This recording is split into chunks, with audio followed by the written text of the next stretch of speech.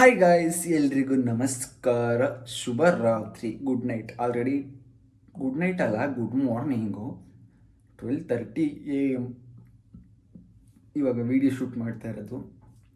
Reason ಬಂದು ನಾಳೆ exams ಇದೆಯಲ್ಲ, ಸೊ ಪ್ರಿಪ್ರೇಷನ್ ಮಾಡ್ಕೊತಾ ಇದ್ದೆ, ವೀಡಿಯೋ ಮಾಡೋಕ್ಕಾಗಿಲ್ಲ. ಆ್ಯಂಡ್ ಆ್ಯಕ್ಚುಲಿ ಇದು ಡಾಕ್ಯುಮೆಂಟ್ರಿ ಲೈಫ್ ವೀಡಿಯೋಸ್ ಎಲ್ಲ ಮಾರ್ನಿಂಗಿಂದ ಮಾಡಬೇಕಾಗಿತ್ತು, ಕಂಟೆಂಟ್ ಕ್ರಿಯೇಷನ್ ಅನ್ನೋದನ್ನ. ಬಟ್ ನಾನು ಮಾಡಿಲ್ಲ, focus on exams. So I didn't do it. ಏನಪ್ಪ ಅಂದರೆ ನಾಳೆ ಎಕ್ಸಾಮ್ ಇದೆಯಲ್ಲ, ಸೊ ಪ್ರಿಪೇರ್ ಮಾಡ್ಕೊಂಡಿದ್ದೀನಿ. ನಾಳೆ ಎಕ್ಸಾಮ್ ಇರೋದು ಕಾರ್ಪೊರೇಟ್ ಆ್ಯಂಡ್ ಅದರ್ ಲಾಸ್. ಇದು 2ನೇ ಸಬ್ಜೆಕ್ಟ್. ಕಾರ್ಪೊರೇಟ್ಗೆ ಬೇಕಾದಂಥ ಅಂದರೆ ಕಂಪನಿಗೆ ಒಂದು ಪ್ರೊಪ್ರೈಟರ್ಶಿಪಿಂದ ಹಿಡಿದು ಪ್ರೈವೇಟ್ ಲಿಮಿಟೆಡ್ ಕಂಪ್ನಿವರೆಗೂ, ಆ್ಯಂಡ್ LLP ಆಗಿರ್ಬೋದು, 1 ಪರ್ಸನ್ ಕಂಪನಿ ಆಗಿರ್ಬೋದು, ಓಕೆನಾ, ಎಲ್ಲ ಕಂಪ್ನಿಗಳ ಬಗ್ಗೆ, ಅದರಲ್ಲಿರೋಂಥ ಲಾಗಳು, ಸೆಕ್ಷನ್ಸ್, ರೂಲ್, ಅದಕ್ಕೆ ಯಾವ ಕಂಪನಿಗೆ ಪ್ರೈವೇಟ್ ಲಿಮಿಟೆಡ್ಗೆ ಏನೇನು ಫಾಲೋ ಮಾಡಬೇಕು, ಯಾವುದ್ಯಾವ್ದು ಫೈಲ್ ಮಾಡಬೇಕು, ರಿಟರ್ನ್ಸ್ ಯಾವ್ದು ಫೈಲ್ ಮಾಡಬೇಕು, ರಿಜಿಸ್ಟ್ರೇಷನ್ ಟೈಮಲ್ಲಿ ಏನು ಬೇಕು, ಪ್ರತಿಯೊಂದೂ ಇದರಲ್ಲಿ ಇರುತ್ತೆ. ಆ್ಯಂಡ್ ಅದರ್ ಲಾಸ್, ಬೇರೆ ಏನು ಲಾಸ್ಗಳು ಇರುತ್ತೆ. ಸೊ ಇದನ್ನೆಲ್ಲ ಎಕ್ಸ್ಪ್ಲೈನ್ ಮಾಡೋಕ್ಕಾಗಲ್ಲ ವಿಡಿಯೋದಲ್ಲಿ. ಜಸ್ಟ್ ಒಂದು ಹಿಂಟ್ ಕೊಡ್ತಾಯಿದ್ದೀನಿ ಅಷ್ಟೇ.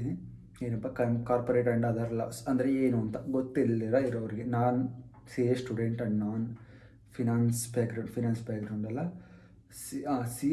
ನಾನ್ CA ಸ್ಟೂಡೆಂಟ್ಸ್, CA ಅದ್ರ ಬಗ್ಗೆ ಗೊತ್ತಿಲ್ಲದಿರೋರಿಗೆ, ಆ್ಯಂಡ್ ಬಿಸ್ನೆಸ್ ಮಾಡ್ತಿರೋರಿಗೆ ಇದ್ರ ಬಗ್ಗೆ ಎಲ್ಲ ಗೊತ್ತಿರುತ್ತೆ. ಆ್ಯಂಡ್ ನಾಡಿದ್ದಲ್ಲ, ನಾಳೆ ಕಾರ್ಪೊರೇಟ್ ಆ್ಯಂಡ್ ಅದರ್ಲ, ಅದಾದಮೇಲೆ ಶನಿವಾರ ಒಂದು ಎಕ್ಸಾಮ್ ಇದೆ, direct tax and income tax. ಅದು ಶನಿವಾರ ಇರೋದು. ನಾಳೆ ಇರೋದು ಲಾ. ಏನೇನೆಲ್ಲ ಫಾಲೋ ಮಾಡಬೇಕು, ನಾವೊಂದು ಕಂಪ್ನಿ ನಡೆಸಬೇಕು ಅಂದರೆ ಅನ್ನೋದನ್ನ ನಾಳೆ ನಮಗೆ ಎಕ್ಸಾಮ್ ಇದೆ. So already prepared, have to write tomorrow. ಇನ್ನೇನಪ್ಪ ಅಂದರೆ ಇದು ಥಿಯರಿನಲ್ಲಿರುತ್ತೆ ಫುಲ್ ಎಕ್ಸಾಮು. ಒಂದು ಚಿಕ್ಕ ಟಾಪಿಕ್ ತೊಗೊತೀನಿ, ಯಾವುದಂದರೆ ಎಕ್ಸಾಮ್ ಬಗ್ಗೆ. ಯಾರೆಲ್ಲ ಸ್ಟೂಡೆಂಟ್ಸ್ ನೋಡ್ತಾ ಇರ್ತೀರ, ನಿಮಗೆಲ್ಲ ಹೆಲ್ಪ್ ಆಗ್ಬೋದು ಅಂದ್ಕೊತೀನಿ. ಆ್ಯಂಡ್ ಏನಪ್ಪ ಅಂದರೆ ಈ ಟೈಮಲ್ಲಿ ಎಕ್ಸಾಮು ಇವಾಗ ಏನು ಮಾರ್ಚಿಗೆ 10th ಅವ್ರಿಗಾಗಲಿ PUC ಅವ್ರಿಗಾಗಲಿ ಮಾರ್ಚಲ್ಲಿ ಇರುತ್ತೆ. ಆ್ಯಂಡ್ CBSE ಸ್ಟೂಡೆಂಟ್ಸ್ಗೆಲ್ಲ ಇವಾಗ ಜನವರಿಗಿದೆ. ಅವರೆಲ್ಲ ಯಾರೋ ನೋಡ್ತಾರೋ ಬಿಡ್ತಾರೋ ಗೊತ್ತಿಲ್ಲ. ಆ್ಯಂಡ್ ಇನ್ನೊಂದು ಏನಪ್ಪ ಅಂದರೆ ದಯವಿಟ್ಟು ಎಕ್ಸಾಮ್ ಮೇಲೆ ಫೋಕಸ್ ಮಾಡಿ. ಈ ಎಕ್ಸಾಮ್ ಮತ್ತೆ ಬರಲ್ಲ, ಬಟ್ ಚೆನ್ನಾಗಿ ಓದ್ಕೊಳ್ಳಿ. ಈ ಒಂದು ಎಜುಕೇಷನ್ ಲೈಫ್ ಇದೆಯಲ್ಲ, ಈ ಲೈಫಲ್ಲಿ ಹೊಡಿಯೋಕ್ಕೆ ಹೋಗ್ಬೇಡಿ ದಯವಿಟ್ಟು. ಟೆಲ್ಲಿಂಗ್ ಯಾಕೆ ಹೇಳ್ತಿದ್ದೀನಿ ಅಂದರೆ,